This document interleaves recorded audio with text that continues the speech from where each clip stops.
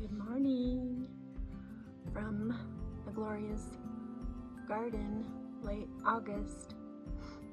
It is so beautiful this morning. We've had lots and lots of rain, which is a huge blessing.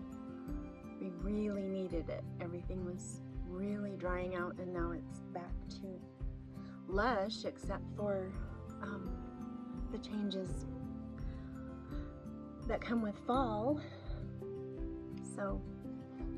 But welcome to Inklings Femina for Christian girls and women. Please join the conversation. I'm curious if other people are experiencing the same difficult and bizarre behaviors that I am, that we are. So much awfulness has gone on, chaos happening, sadness, and then the dilemma is about honesty. It seems like no one will be honest, at least the people we ask, or cares about the truth of what's actually literally happening. So this is our reminder to read the room, to not be gullible, to be nice, to not be bullied or bamboozled or abused by the emotional sabotage of the current thing. There's a lot of hummingbirds. It's so pretty, so perfect. So the current thing is rationalization, and the truth doesn't matter. It seems like all that matters is what people want it to be, no matter how they just want to state their rationalization, and that should be it. But we are supposed to read the room, look at the facts, and stand on truth and not be led by those things. Seems like the only couple of verses that the whole world knows and throws at Christians is judge not, and you do you.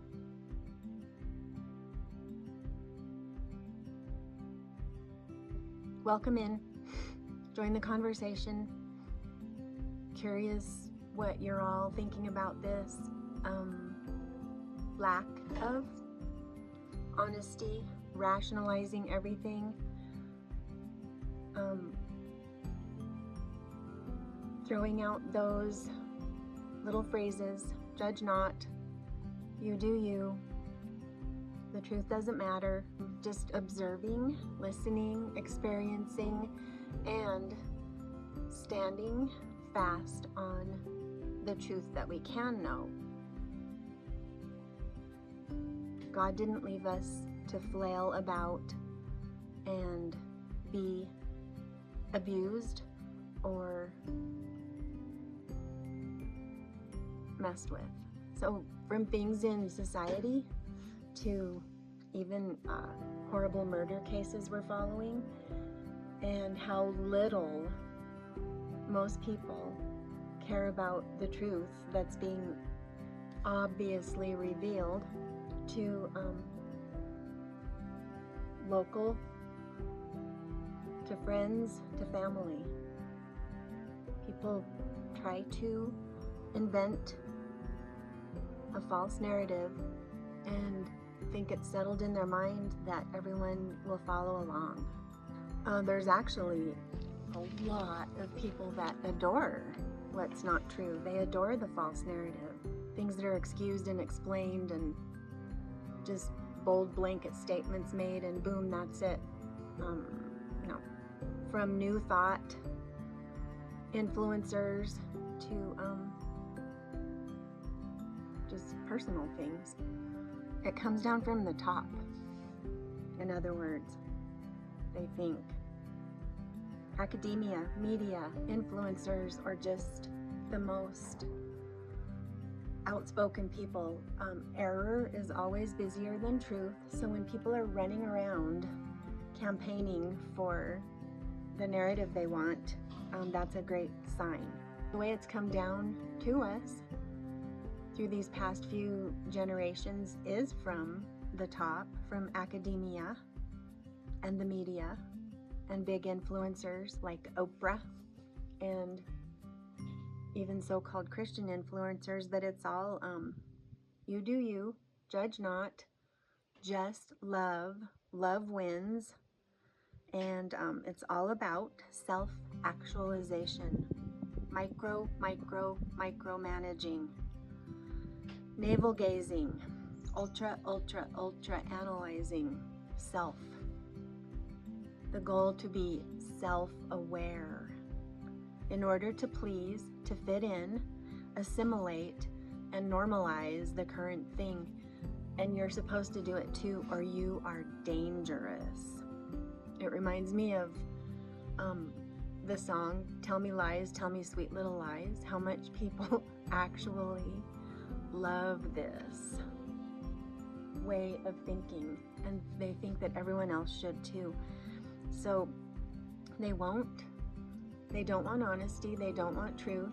And the really frustrating thing is when you do ask and you do want honesty and you do want to know what to help or fix or change, they will never tell you the rules. Somehow you're supposed to pay to play without knowing the rules of engagement. And you know that there's a whole little cluster that does, little obedient, identical minions whose only goal is to fit in. And so there's a hilarious video on YouTube by Dude Dad called Colorado Moms, which is hilarious because this is where we live, right in the middle of it all, and it is truer than true. So you have to laugh and giggle because it's comical. I mean, you cannot believe that these people think no one can see through it and that you're supposed to take them seriously.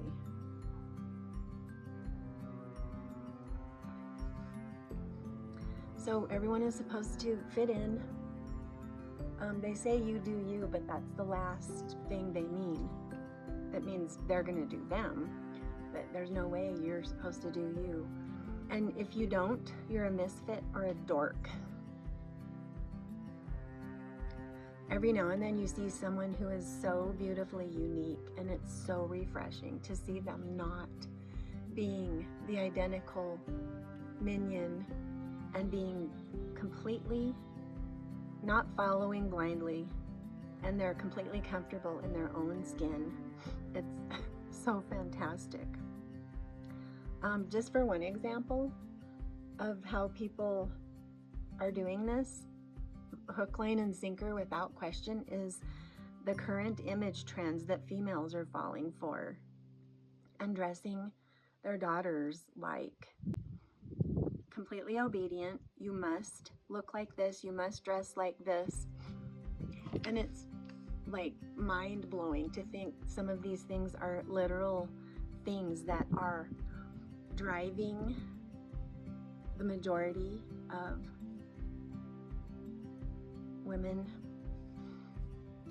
So like the shortiest short shorts, tighter than skin, and so-called leggings or tights. I mean, it's hilarious. That's what they're actually called. And the goal is the coveted thigh gap. For who? For whom? And that the clothing these days are actually knitted on the machines and designed to enhance the most private, to draw attention to the most private of private parts. For who? How in the world is any parent supposed to teach their children about anything private parts, how to be protected anymore, when the goal is to enhance and reveal and display, to be a billboard. How about the commando reveal, like a do not show panty lines. Heaven forbid panty lines. How backwards and upside down is this, that thong lines are the desirable fit-in look, and that there are literal workouts named for those specific parts. Mainstream, not even hidden. Anyway, I digress, but it has all been watered down into super simple mantras. You do you. No. Groovy phrases of the day. Phrase du jour that rationalize any and all of these false narratives. They are so much more fun, easier, less guilt for not fitting in, and no shame. Except that it's shoved right into our faces, which is actually bullying and coercive and abusive, and a dare for anyone to say anything. The truth is too much work. It's easier just to fall for the narratives, fall in line, obey the current thing. Don't be a misfit, don't be weird. Don't be set apart. Do be set apart. Yet they have a whole set of their own rules, their contrived, arbitrary whims of how and who everyone is supposed to be if they're going to be part of the groovy tribe. But no one gets to know what those arbitrary rules are, or how they came to be, or why. You're just constantly made to know that you don't ever please them if you aren't doing the things. Constant narration, whims, coercion, everything about you that is wrong. It's the same as junior high peer pressure and all the different levels of types. The haves and have-nots, the who is and isn't, who's allowed, who's not. But the truth, the standard to live by, to behave by, to be, can be known. We don't have to wonder what the rules are, the standards. And it's funny to ask those people by what standard, because they absolutely have their arbitrary rules. So it's really fun to ask, by what standard? But there is truth to be known, can be known. It's not hidden, it's not mysterious, it's not kept secret like the Greek life and only certain people are allowed.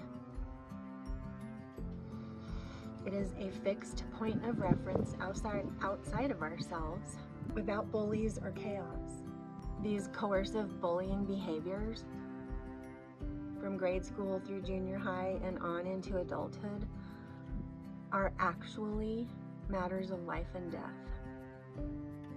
Have you observed how when someone you have loved and cared for and given and shared and be sure they're safe and seen them through the darkest years of their lives, all of a sudden hit you with a barrage, a list of accusation because you won't pay to play, and then end it with, but you do you.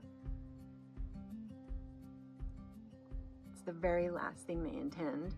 And boom, blocked, nothing. No rational conversation is ever allowed. No discussion. because it would disturb the navel-gazing of the rationalized narrative. So you're dangerous. It's oxymoronical because you are not pleasing to those who say, but you do you.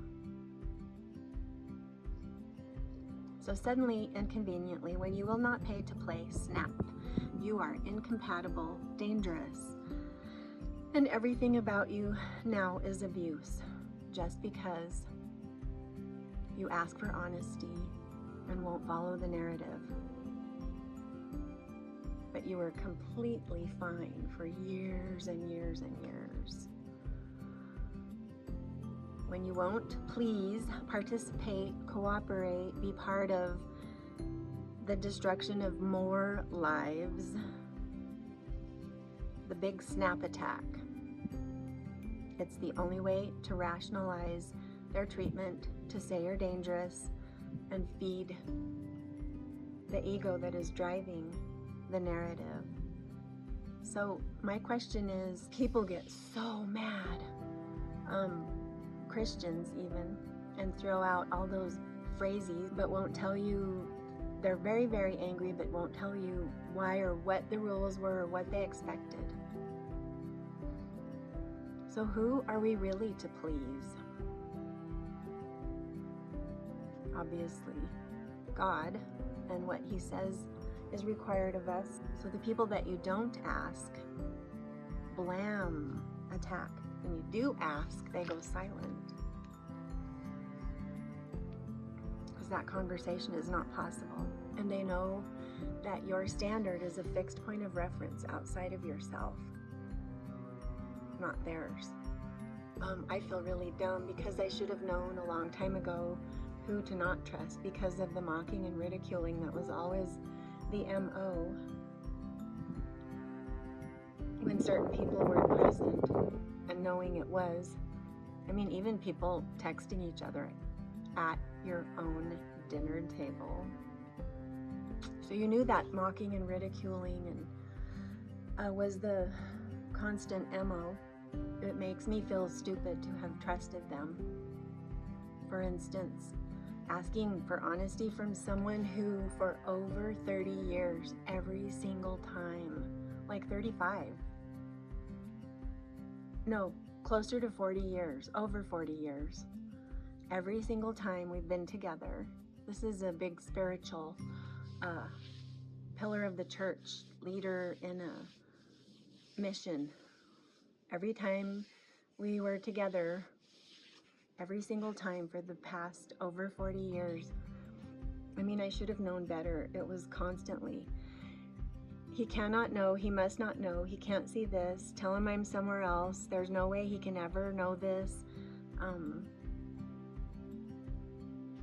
Every single time. And then I had the stupidity to ask for honesty. Didn't get it though.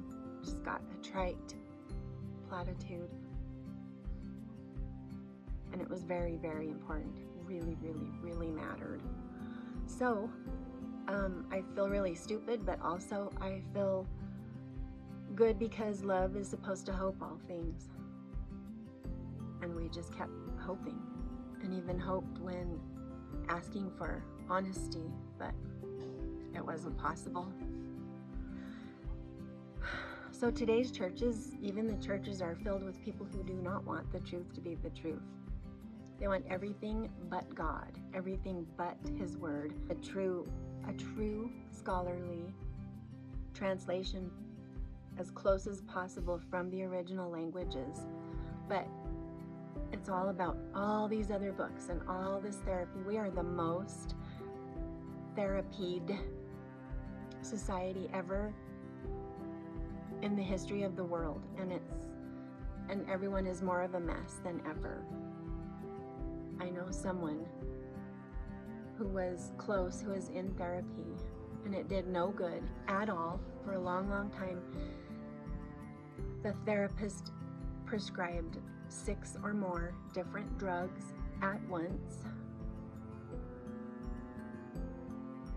And And this person is a walking miracle because they realized how horrible it was and went cold turkey. And people don't usually survive that. It's not helping. It's deadly. And it's all navel gazing because they want their narrative and that's it. So churches are filled with this. All kinds of rationalization, and don't mess with it. Don't judge. Don't ask for honesty. So they want their newfangled paraphrase of a trash Bible and all the current books and all the current influencers. They want to pick their own brand. So a truth that can be known by a loving God who did not leave us to flail about like that, they do not want that.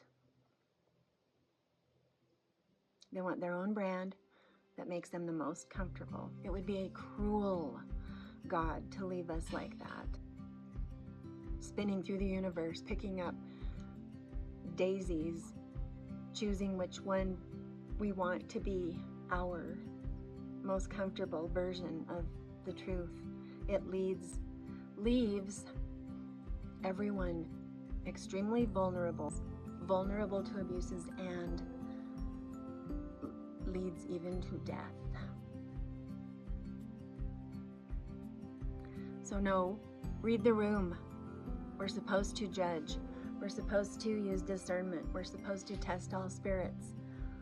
We're supposed to be alert, warn. We don't have to subscribe. We don't have to be part of the cult of nice and toxic empathy. We don't have to subscribe to the current narratives, the trendy hippie phraseology that gets thrown back in our faces when we ask for honesty or to talk about truth. We do not need to take bullying, especially when it's a matter of life and death, which those thought patterns prove to be. Courage is contagious. Let's be helping as many people as possible to be aware, to observe, to recognize, to have the courage to question,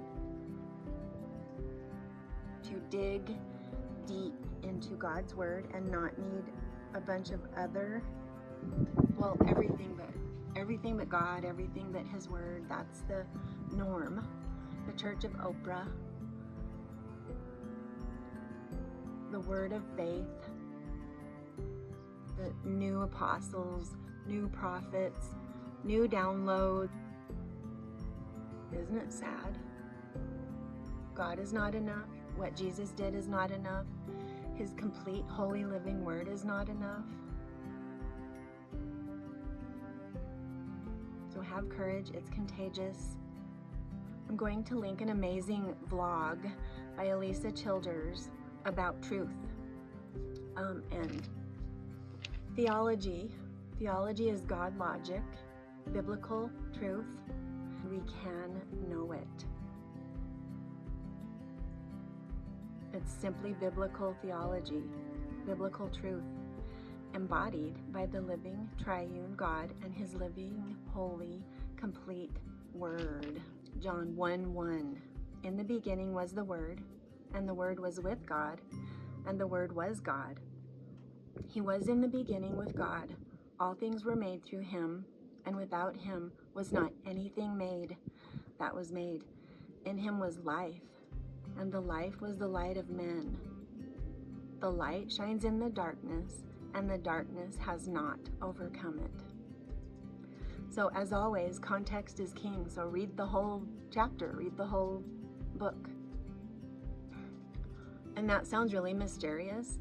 Deuteronomy 29:29 says, the secret things belong to the Lord. If we could know everything, we would be God. But he has revealed what we need. John 17:17 says, sanctify them by the truth. Your word is truth. Let's be obedient and faithful. Be sure we're reading a faithful translation, qualified scholars, and not the current trash, so-called paraphrases, rationalized to normalize the current thing. Please destroy those before other lives are destroyed by them.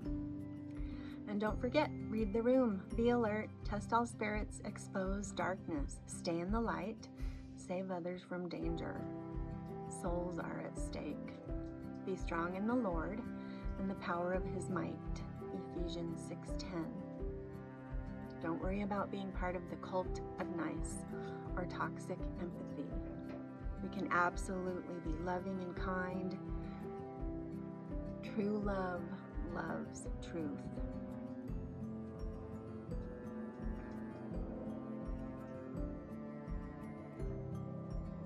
We are created to be different. Here comes the helicopter.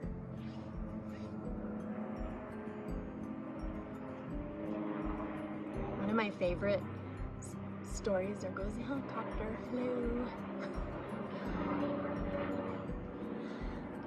One of my favorite stories about this is in the Narnia books, and I should have read it just recently so I could say it perfectly, but if you know the story, if you haven't, boy, do read those books. They're so amazing.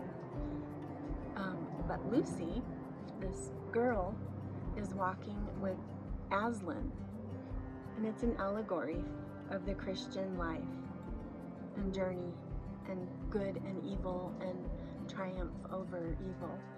Lucy, the youngest of 4 children, is walking along with Aslan, which is what he told her to do, on a mission, a journey.